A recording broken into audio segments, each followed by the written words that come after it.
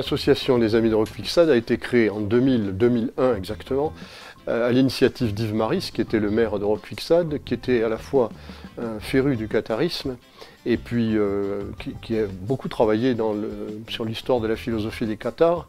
Et par conséquent, il voulait, pour mettre un peu sur la carte le village de Rock Fixade, qui est dominé par son château, qui date du XIIIe siècle, XIIe-XIIIe siècle, qui a été détruit bien sûr par Richelieu au XVIIe, parce que il fallait supprimer les marques du passé, on va dire hérétique.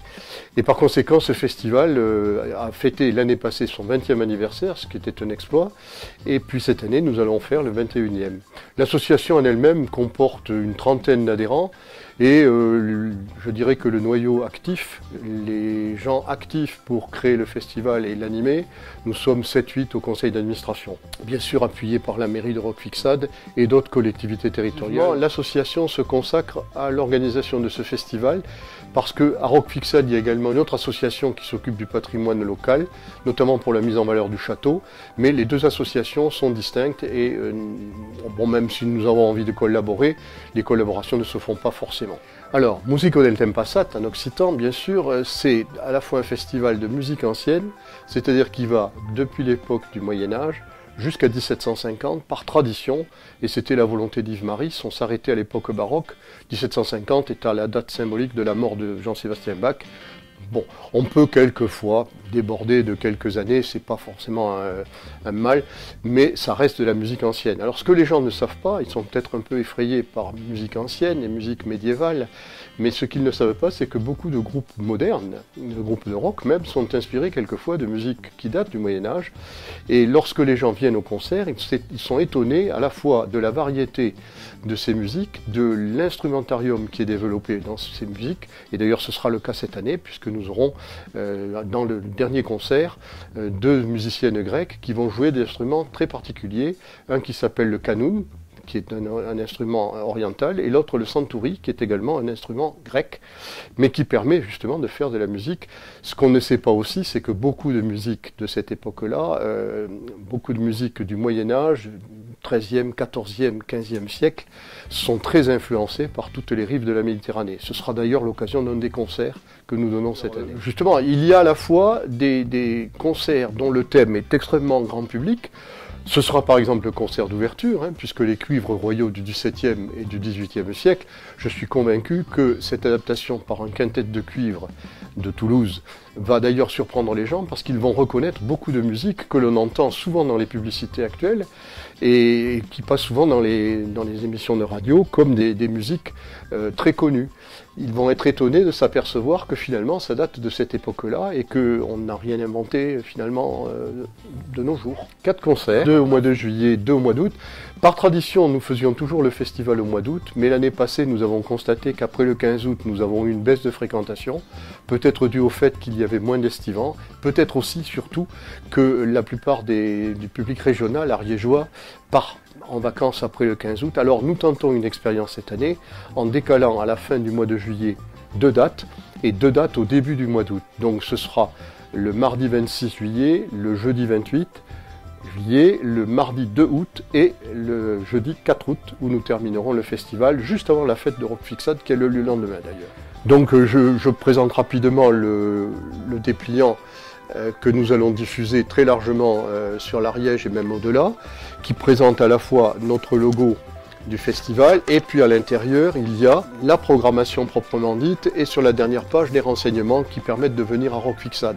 Alors les 4 concerts, le premier donc je l'ai dit c'est un quintet de cuivre sur les cuivres royaux du XVIIe, XVIIIe siècle. Des musiques connues de Handel, Purcell, Jean-Philippe Rameau. Tout le monde connaît la danse des Indes galantes, la danse des sauvages, ce sera joué. Donc c'est là que je disais que les gens vont reconnaître des musiques qu'ils ont l'habitude d'entendre. Ensuite, le jeudi 28, nous avons droit alors là à un concert très particulier, puisque c'est un ensemble qui est basé dans le Gard, de 5 dames qui chantent a cappella, qui s'appelle l'ensemble Moravosis, voix féminine, soliste a cappella. Et là, ce sera Un concert très particulier puisque c'est un hommage aux compositrices du XIIe siècle. Alors là aussi, les gens peuvent être effrayés, mais ils s'apercevront que depuis quelques années, on redécouvre ces musiques et ce sera l'occasion aussi d'expliquer aux gens que souvent on a tendance à mépriser ou à oublier qu'il y a eu beaucoup de femmes compositrices. Et à l'origine, bien sûr, au XIIe siècle, il y avait l'abbesse qui s'appelle Hildegard von Bingen, qui avait créé une abbaye, qui est à la fois une abbesse qui faisait des œuvres théologiques, mais qui faisait aussi beaucoup de musique. Et à cette époque-là, la musique faite par des femmes n'était pas trop appréciée. Et par conséquent, elle a eu, je dirais, le courage, l'inventivité de faire de la musique, et plusieurs autres compositrices de la même époque ont suivi cet exemple. Donc nous rendons hommage à ces compositrices du Moyen-Âge. Le troisième concert, je peux presque dire que c'est peut-être le point d'orgue de notre festival, puisque nous avons Ophélie Gaillard, la très grande violoncelliste, qui vient jouer 3 suites pour violoncelle seul de Bach. Et ça, c'est, je pense, quelque chose de remarquable. Ophélie Gaillard est très très connue sur le plan européen. Elle a été maintes fois distinguée par les distinctions discographiques de la presse spécialisée française ou européenne. Et d'ailleurs, son dernier disque, qui s'appelle Nights of London, Les Nuits à Londres, vient d'être primé par la prestigieuse revue Gramophone, qui est anglaise. Et nous sommes très contents de pouvoir l'accueillir parce que c'est une très très grande violoncelliste. Le dernier concert aussi, c'est quelqu'un de très connu dans le milieu de la musique ancienne. C'est Dominique Vellard, qui est le directeur de l'ensemble Gilles Binchois, et c'est cet ensemble, composé de Dominique Vellard qui joue du luth, du oud exactement, puisque c'est un instrument oriental, accompagné de 2 musiciennes grecques qui vont nous jouer des musiques du pourtour de la Méditerranée, de l'époque, on va dire 13e, 14e, 15e siècle. À la fois des berceuses, des chansons religieuses, les cantigas de Santa Maria du roi Alphonse le Sage d'Espagne. C'est vraiment aussi un point d'orgue, d'autant que Dominique Vellard est très connu, puisque pendant 19 ans, si ma mémoire ne me trompe pas, c'était le directeur du festival des rencontres musicales de l'abbaye du Toronnet dans le Var.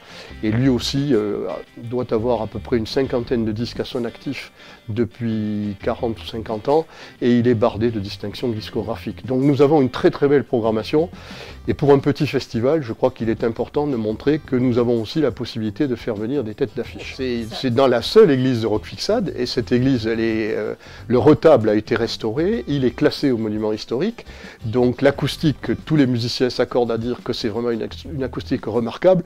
La capacité, pas énorme, hein, nous pouvons rentrer au maximum 180, et lorsqu'il y a vraiment un très très grand succès populaire, 200 personnes, mais je pense que nous avons l'espoir que cette année, contrairement à l'année passée à cause du Covid, nous allons pouvoir faire un beau succès populaire et en fréquentation. Le tarif d'entrée, c'est 18 €, et il y a un tarif pour les enfants de 7 à 16, enfin les adolescents de 7 à 16 ans, où ils payent moitié prix, 8 €. Mais 18 €, je pense que c'est un prix raisonnable par rapport, comme je l'ai dit, à la qualité de la programmation.